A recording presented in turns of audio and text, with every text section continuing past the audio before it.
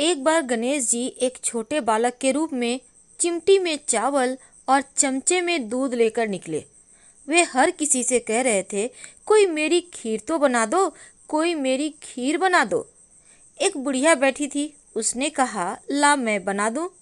वह छोटा सा बर्तन चढ़ाने लगी। तब गणेश जी कहते हैं कि दादी माँ, छोटी सी भगोनी मत चढ़ाओ, तुम्हारे घर में जो सबसे बड़ा चरू हो वही चढ़ा दो। बुढ़िया ने वही चढ़ा दिया। अब वह देखती रह गई कि वह तो पूरा भर गया है। गणेश जी ने कहा, दादी माँ, मैं नहा कर आता हूँ। खीर तैयार हो गई तो बुढ़िया के पोते पोती खीर खाने के लिए रोने लगे।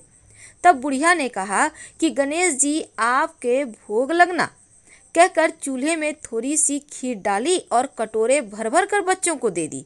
पड़ोसन ऊपर से देख रही थी तो बुढ़िया ने सोचा यह चुगली खा देगी, सो कटोरा भरकर उसे भी पकड़ा दी।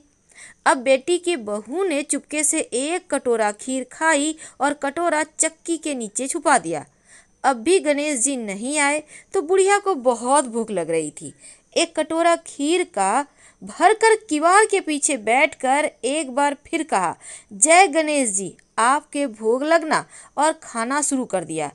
तभी गणेश जी आ गए तो बुढ़िया कहती है, अरे गणेशया, खीर खा ले, मैं तो तेरे ही राह देख रही थी।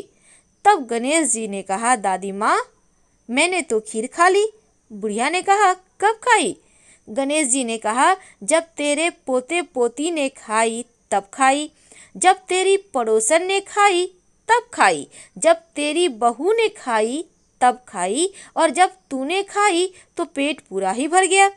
बुढ़िया ने कहा, बेटा, और सारी बात तो सच है, पर बहू बिचारी का तो नाम मत लेवो, वो तो सुबह से काम में लग रही है, उसने खीर कब खाई भला?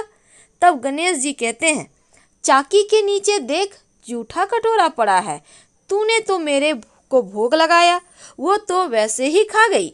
बुढ़िया ने कहा, बेटा, घर की बात है, घर में ही रहने दो, अब बताओ कि बची हुई खीर जो है उसका क्या करूं? तब गणेश जी कहते हैं, नगरी में जिमा दे। लोगों को न्योता दिया तो सब लोग हंसने लगे और बोले, कल तक तो खाने का पता नहीं था, आज नगरी जिमाएगी।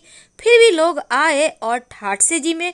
नगरी जिमा दी, तब भी चरू पूरा ही भरा था। राजा को पता लगा तो बुढ़िया को बुलाया और कहा, क्यों बुढ़िया, ऐसा चरू तेरे घर अच्छा लगे या हमारे घर? बुढ़िया ने कहा कि राजा जी आप ले लो। राजा जी ने खीर का चरू महल में मंगा लिया। लाते ही खीर में कीड़े मकोड़े बिच्छू कंसले हो गए और दुर्गंध आने लगी। तो राजा जी ने कहा, बुढ़िया, चरू वापस ले जा, जा, तुझे हमने दिया। बुढ़िया ने कहा, राजा जी आप देते तो पहले भी कभी देते थे, पर चरा तो मेरे गणेश जी ने दिया है। बुढ़िया ने चरा वापस लिया, लेते ही सुगंधित खीर हो गई। अब घर आकर बुढ़िया ने गणेश जी से पूछा कि बची हुई खीर का क्या करूं? तब गणेश जी ने कहा, झोपड़ी के कोने में गड्ढा खोद कर गाड़ दे, और उसी जगह सुबह उठकर वापस खोदेगी तो धन के दो चरे मिलेंगे। ऐसा कहकर गणेश जी अंतर्ध्यान हो गए और जाते समय झोपड़ी के लात मारते गए तो झोपड़ी के स्थान पर महल हो गया। अब सुबह बहू ने फावड़ा लेकर पूरे घर को खोद दिया तो कुछ भी नहीं मिला। तो बहू ने कहा, सासू जी, थारो गणेश जी तो झूठो है। सास ने कहा, बहू, हमारो गणेश जी झूठो तो नहीं है, ला मैं देखूं। और वह सुई लेकर खोदने लगी तो टन टन करते दो धन के चरे निकल आए। बहू ने कहा, सासू जी, गणेश जी तो साचे हैं। सास ने कहा, गणेश जी तो भावना के भूखे हैं।